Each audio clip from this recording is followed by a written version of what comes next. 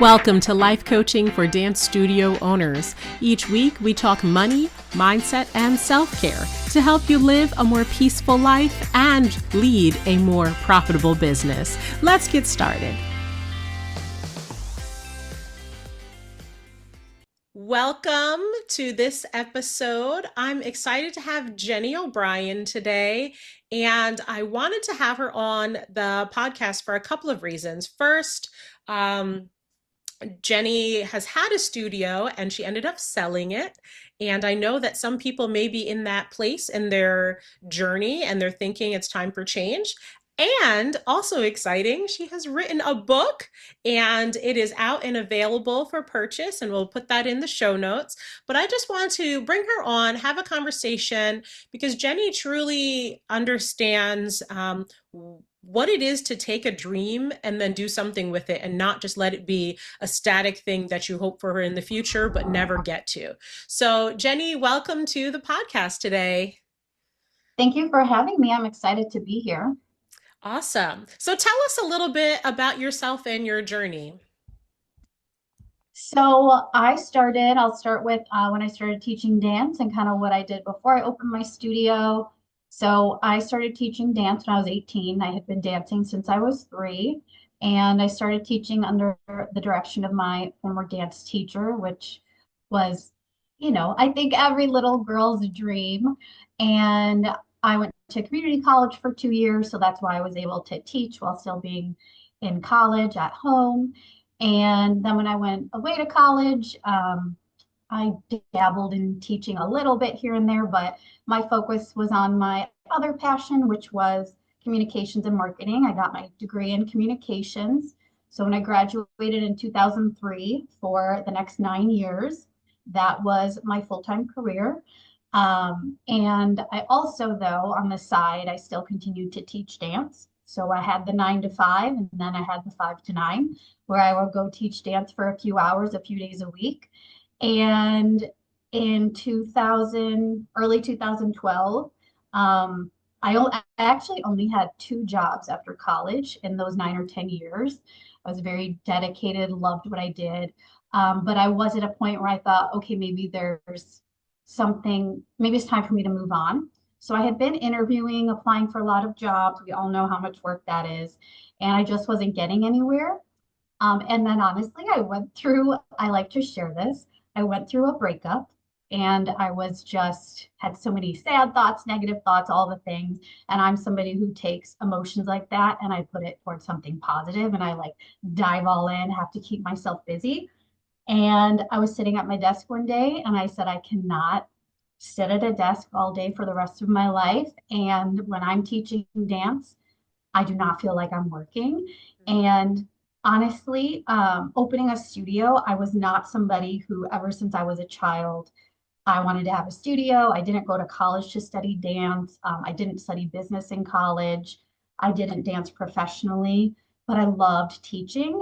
And so I was sitting at my desk and needed some positive energy, or something positive to put my energy towards. So I decided I'm going to open a studio. But obviously, at least where I am in the Chicago area, there are studios galore. And I knew I wanted to be different. And I knew I didn't want to start a business by taking out a gigantic loan. I was always somebody who was very smart with my money. And so I decided I'm going to be a traveling studio. So my business idea was I was going to take my dance classes into daycares, community centers, preschools. I thought this is genius. And it was so hard to get into preschools and daycares. So I ended up taking my program and I found 3 different community centers in 3 different towns, but all within like 20 minutes from me, just all different directions. And that's where I started my business. So I was a traveling studio for about 9 months. And it picked up very quickly. And so after that first season, I obtained my first space, just had one dance room.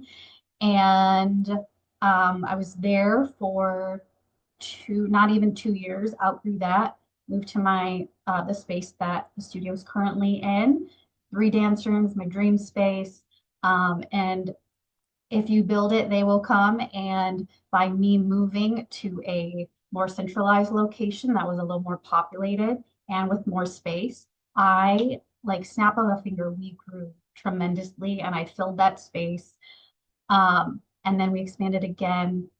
I think it was 3 years later. Yeah, it was actually summer 2019, the summer before COVID. I obtained more space. And yeah, that's and then 2024, June 2024, I sold the studio. So that's a very short synopsis of my journey since I was 18, post college.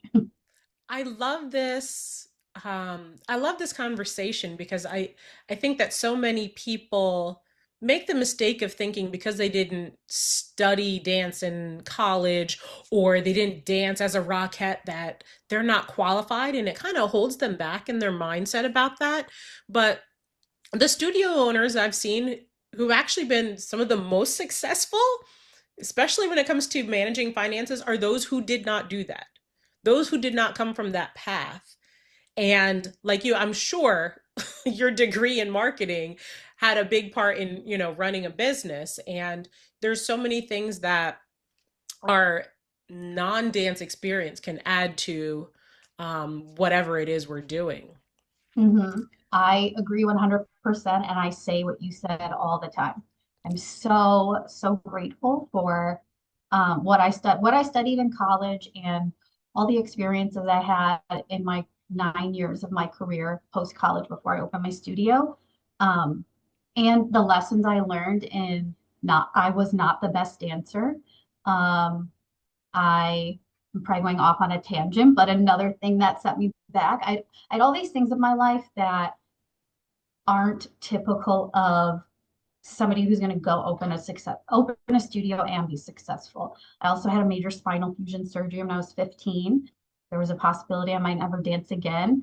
Um, and yeah, and so all those experiences in life, personally and professionally, I truly believe, and I especially see now that even when I'm now that I'm out of it, those are all of the things that made me a successful business owner that I was. Yeah.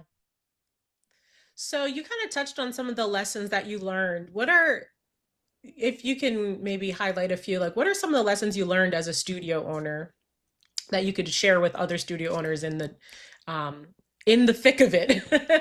Oh, there's so many.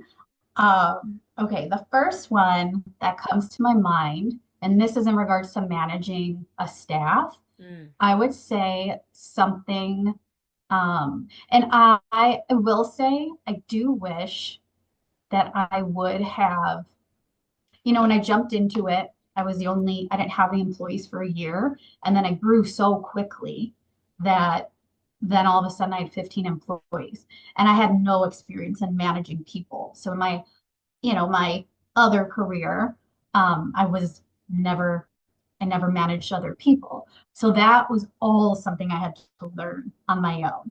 And I do wish I would have, I don't know, is there some kind of course or some kind of class, like without going back to college, that somebody could at least learn a little bit more about that? I read a lot of books, which helped, but um, in managing people, you are dealing with so many different personalities. And so something that I learned was I might have the same message to deliver to 10 people, but I might have to deliver it differently to those people. And I also had to know that those people are going to somebody might interpret it differently from the other. Some people, okay, cool, great, thanks for the message. Some are going to need more hand holding or might be offended by, just dealing with so many different personalities. That was a huge thing. And just managing people in general.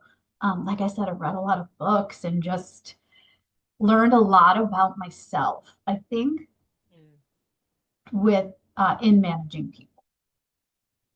yeah. So that, yeah, just making sure that you know how to deal with different personalities, how to manage different personalities. Um, but that's something that you don't learn overnight. Comes from experience and trying different things and Yeah, that was probably my biggest challenge and also biggest lesson in being a business owner and studio director.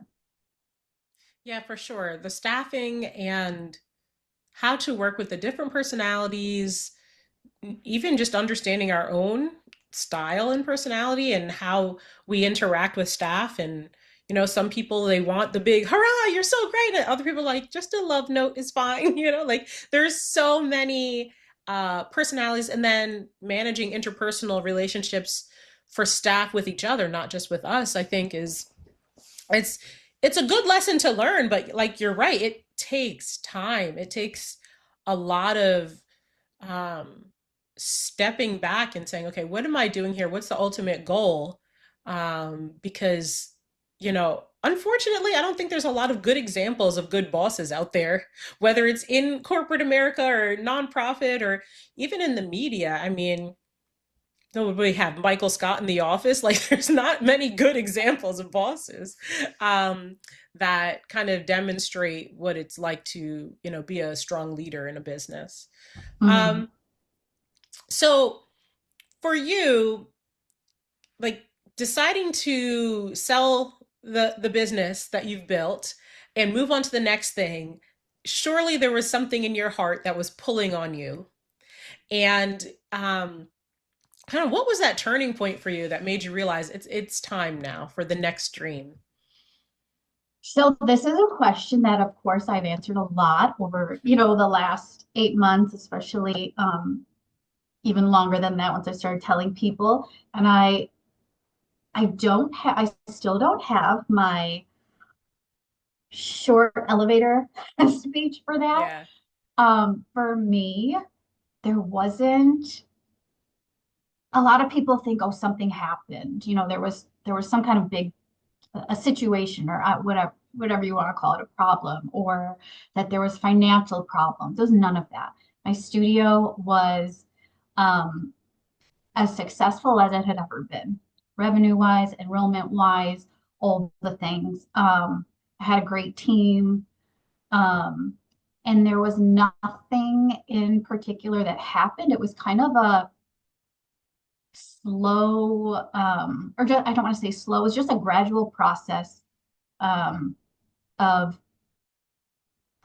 change of heart in me. And again, it wasn't one thing, so it's hard to explain.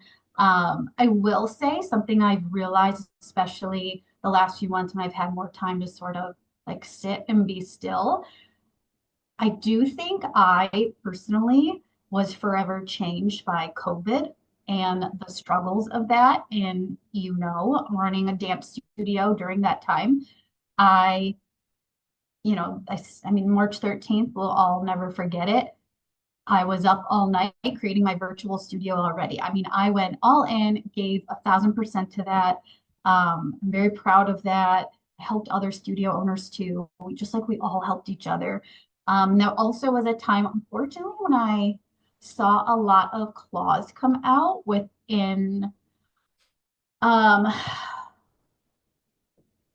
dancers, parents, staff, and it was just a rough time. Yeah. Eventually, as I think we all did. We all bounced back, and then I was bigger than ever. But it was just emotionally draining, physically exhausting, and I just felt like things were never the same since Yeah. then. Kids are different too. There was that, just the, um, kids being on on Zoom, doing school, doing dance, all of that. And just not having to do with COVID, but the rise of social media and kids on their phones. And Mm. I just saw a change in kids too. And that was always hard. I was always trying so hard to help them, to fix them. What can I do? Am I not doing enough? Um, so I do think that's a little bit of it. Is that the whole reason? Absolutely not. But it was like gradual, like I said, and there was just little things. And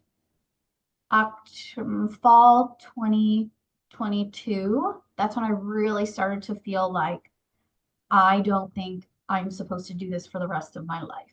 I did have a lot of other things I wanted to do, and it was always hard to do them, to fit them in my life with the capacity. that I need that the studio needed from me. Um, and yeah,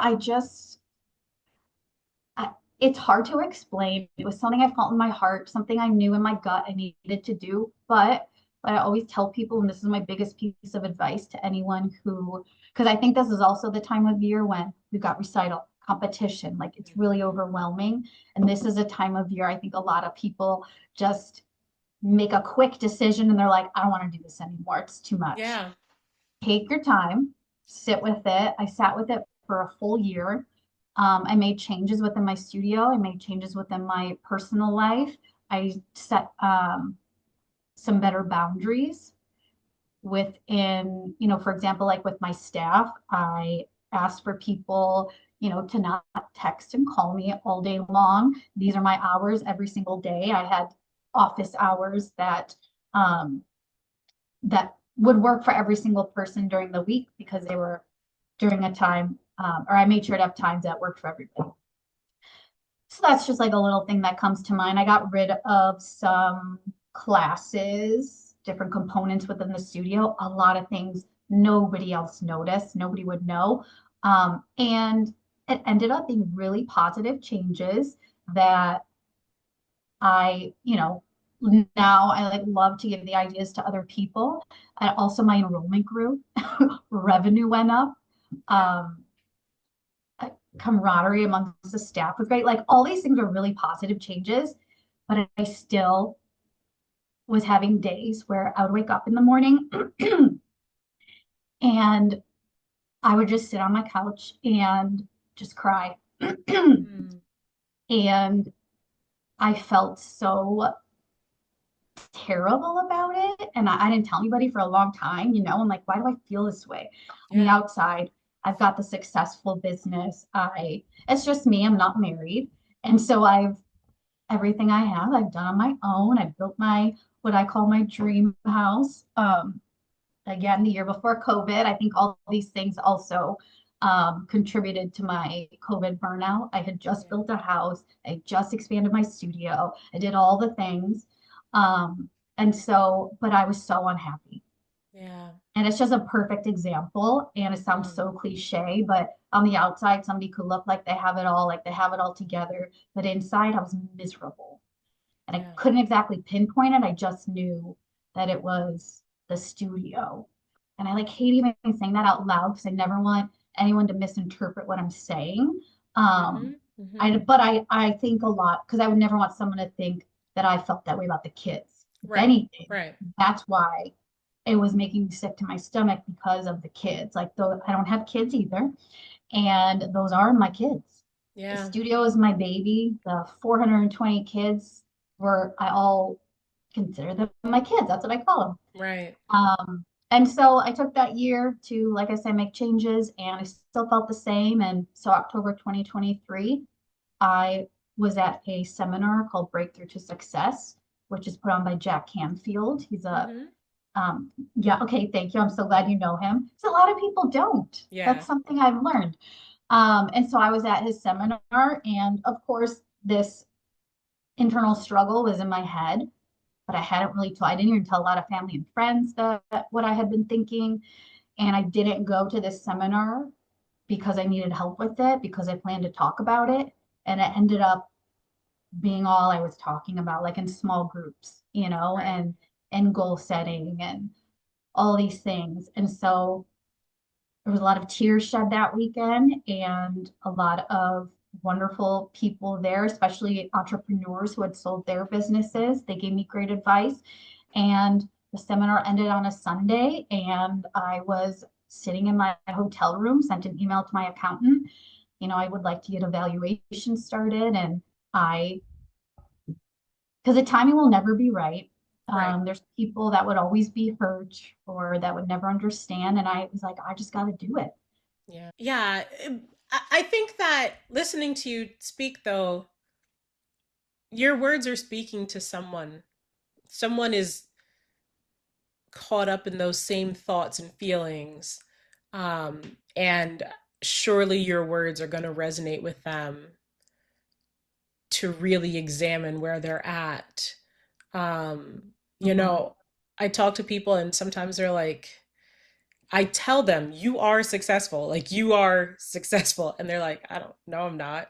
They don't. And I said, it's because you don't feel like you're successful. Whatever you thought success was, that's not how you feel. So it doesn't matter. Like, you're saying, like, I built my dream house and I'm crying in it, you know? Mhm. Um, with that, how do you define success now?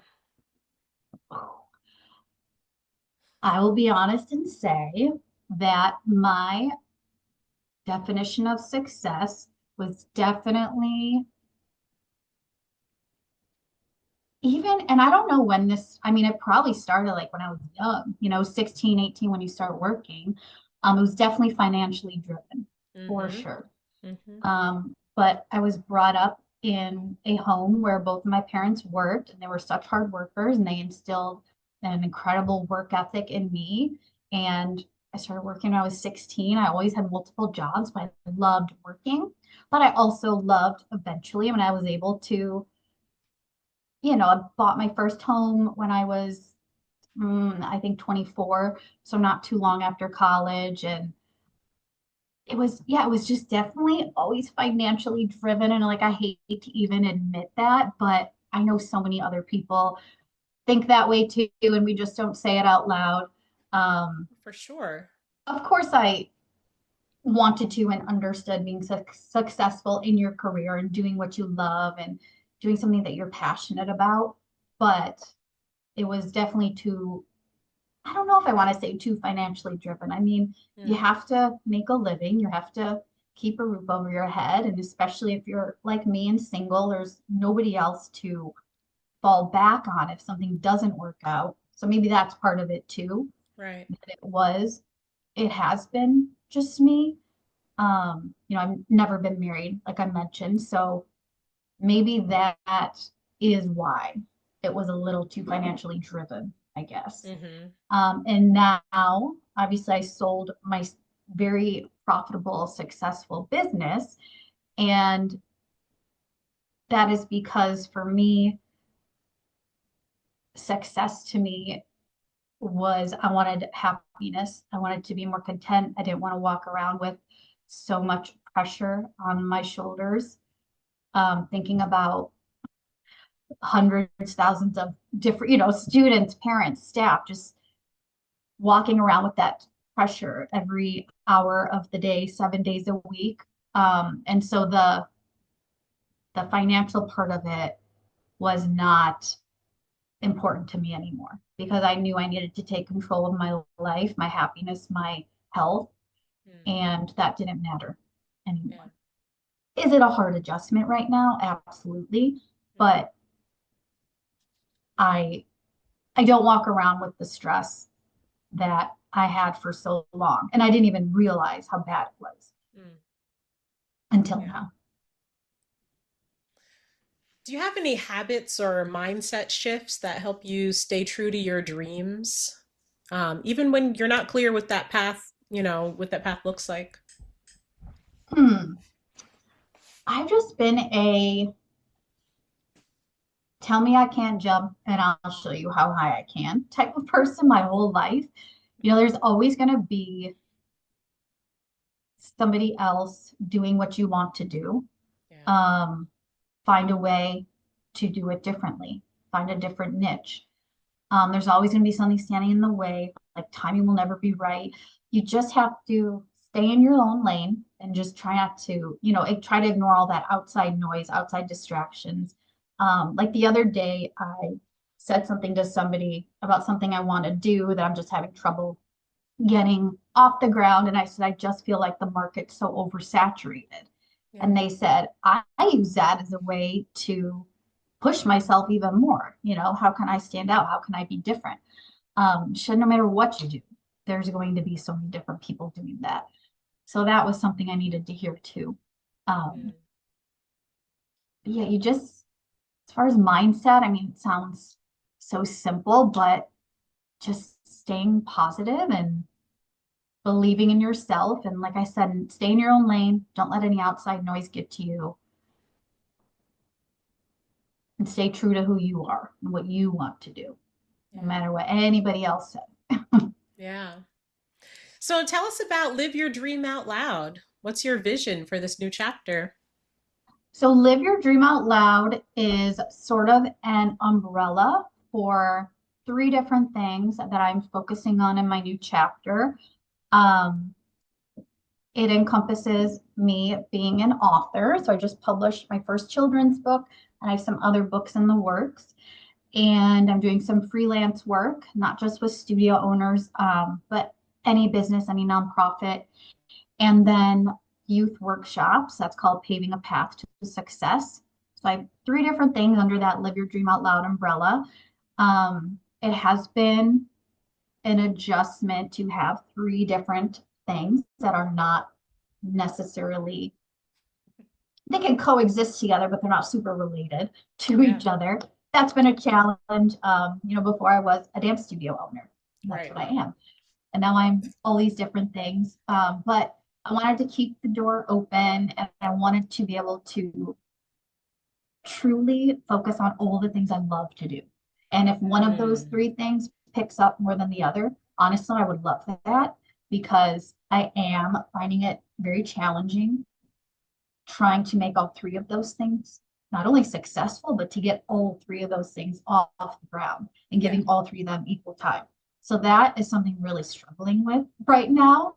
Hmm. Um, and I think a few more months I'll figure it out. I have some other ideas in my head, but they're all things that I love to do. So trying to decide which thing I should focus on, or do I just keep focusing on the three of those and eventually it'll not feel so overwhelming once they do all three pick up.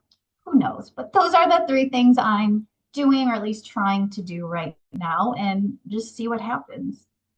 You're saying this, and at first I'm like, yeah, I know exactly where you're at because I have the coaching business, right? With the Mm-hmm. podcast, the studio, and photography. And um, to me, I'm like, well, this is the dream, right? The ability to just stand here and be like, I want to explore all these, and the freedom to just make choices and have options to me is a dream that I Mm-hmm. can say, "Oh, I want to go take a certification. Oh, I want to go do this." Like that is huge. That you've built that for yourself to be able to, like, you could decide today, like, I'm gonna do underwater basket weaving, and it's just like, okay, I'll just go do it, like that. That's really awesome. Do you feel like these roles with these three Uh, different businesses, do they allow you to fully step into your passion? oh yeah, to step into my passion. Yeah, for sure. Because they're all three things I'm passionate about, that I love doing, that I'm good at, that come easy to me. And so that's been kind of cool. Kind of like what you were saying, yeah, to just have that freedom to do Yeah, that. yeah, But it's also challenging. yeah. So you mentioned that you wrote your first book. What is it called? So my first children's book, it's going to be a book series. The series is called The Adventures of Penny and Poppy. And the first book in the series is Poppy Goes to Dance Class. Of course, it had to be dance related.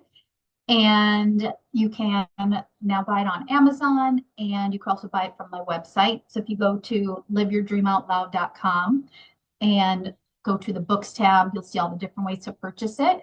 But the story is about the series is about a little girl and her dog, and they do everything together. And the dog's very curious and wants to go on all the adventures with Penny, who's the little girl, Poppy's the dog. And so in the first book, Poppy gets to fulfill her dream of going to the dance studio and taking tap with Penny. And it was really fun to write because so I should mention, I said October 2023, I was at that seminar, decided I'm selling the studio, started to take all the steps. That same week when I got home, I was like, I need to get this. I had wanted to write a book for years and I had this book written, but I didn't have an illustrator. What better time to start working on my book than when I decided to sell my business? Right. But I did, and I'm so glad I did because it gave me something else to focus on during a stressful time. But yeah, so I found my illustrator the same week I got home and from that seminar. And it, when you read the story, for those that know me and my journey and this whole process of selling my dance studio, I don't think I realized how much I was writing about me and what I was feeling.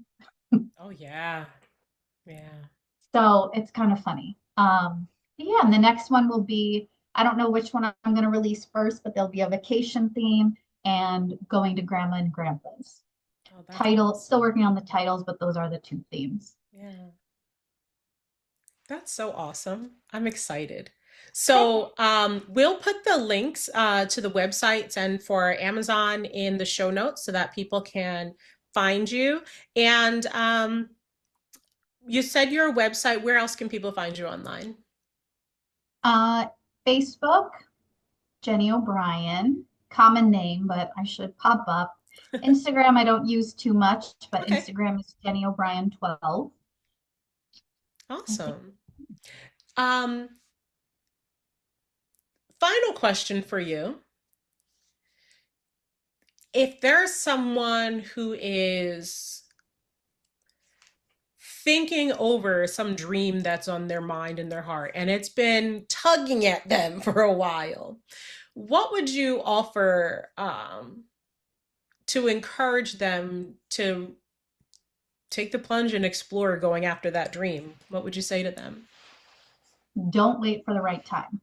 No matter what Mm, it is, the timing will never be right. There's always going to be something else going on. Just like I said, I started really focusing on my book the same week I decided to sell my studio because I knew if I don't do it now, yeah, I'm going to keep putting it off.